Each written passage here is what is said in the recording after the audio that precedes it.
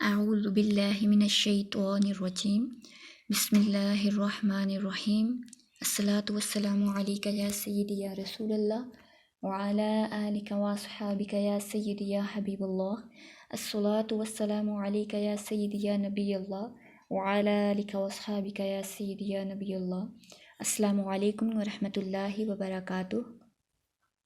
ہمارا جو آخری لیسن تھا سورہ قریش کے حوالے سے تھا، جس میں ہم نے سورہ قریش کا ترجمہ اور اس کے لفظی معانی پڑھے تھے۔ آج ہم سورہ قریش کا تعارف اور اس کی تفسیر پڑھیں گے انشاءاللہ۔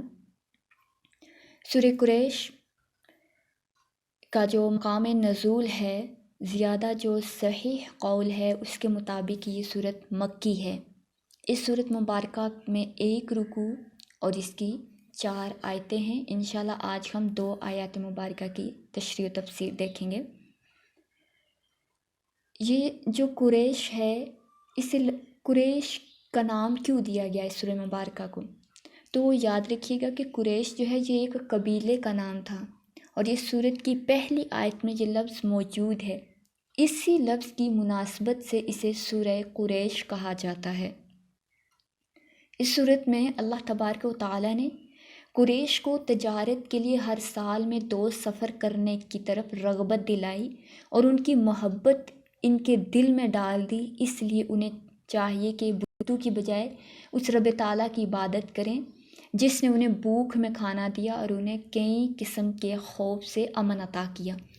یہ جو چیز ہے، اس مضامین جو ہیں اس سورت مبارکہ میں یہی بیان ہوئے ہیں کہ اللہ تبارک و تعالیٰ نے ان لوگوں کو سفر کرنے کی طرف رغبت دلائی تھی اور ان کو بھوک میں کھانا دیا تھا۔ ہم نے ترجمہ پڑھا تھا کنز ایمان سے، اس لیے کہ قریش کو میل دلایا، ان کے جاڑے اور گرمی دونوں کے کوچ میں میل دلایا، تو انہیں چاہیے اس گھر کے رب کی بندگی کریں جس نے انہیں بھوک میں کھانا دیا اور انہیں ایک بڑے خوف سے امان بخشا۔ آیت نمبر 1، لِإِيلَافِ قُرَيْشٍ، قریش کو مانوس کرنے کی وجہ سے۔ اس سورہ مبارکہ کا جو خلاصہ ہے، پہلے وہ دیکھتے ہیں کہ اللہ تبارک و تعالیٰ کی نعمتیں بے شمار ہیں۔ اس ذات کی نعمتوں کی کوئی حد نہیں ہے۔ ان میں سے ایک ظاہری نعمت یہ ہے کہ اس نے قریش کو ہر سال میں 2 سفروں کی طرف رغبت دلائی تھی اور ان سفروں کی محبت ان کے دلوں میں ڈالی تھی۔ تو قریش تجارت کے لیے سردی کے موسم میں یمن اور گرمی کے موسم میں شام کی طرف سفر کیا کرتے تھے۔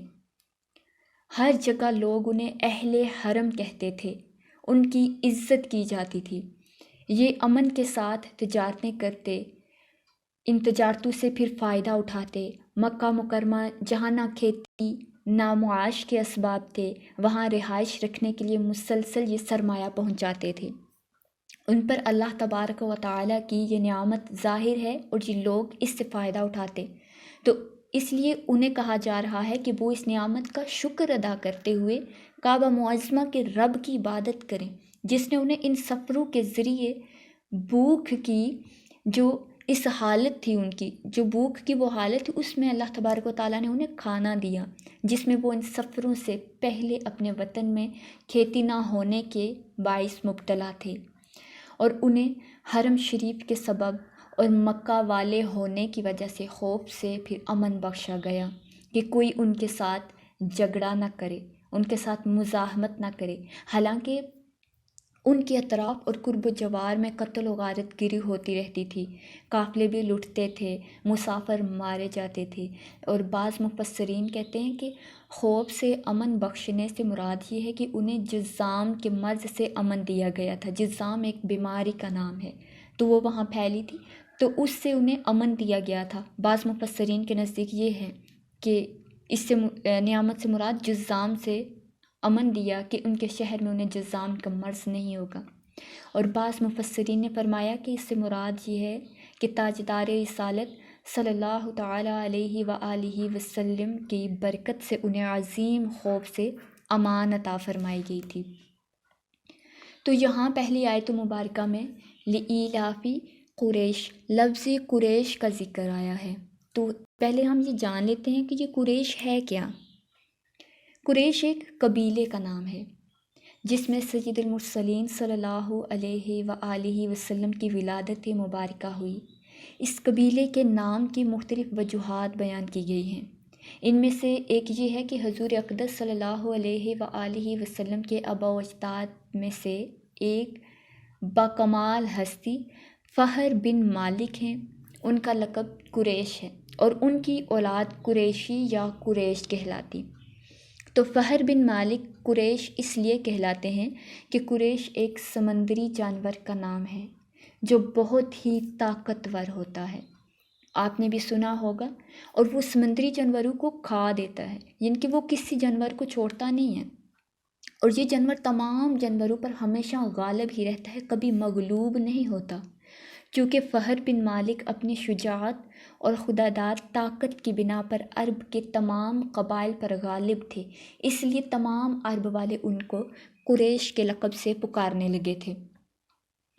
قریش کے بارے میں احادیث بھی آئی ہیں۔ حضرت واثلہ بن اسقع رضی اللہ تعالی عنہ سے روایت ہے کہ رسول کریم صلی اللہ تعالی علیہ وآلہ وسلم نے ارشاد فرمایا کہ اللہ تبارک و تعالی نے حضرت اسماعیل علیہ السلام کی اولاد میں سے کنانہ کو چن لیا، اور کنانہ سے قریش کو چن لیا، اور قریش میں سے بنو ہاشم کو چن لیا، اور بنو ہاشم میں سے مجھے یعنی حضور اکرم صلی اللہ علیہ وآلہ وسلم کو چن لیا گیا۔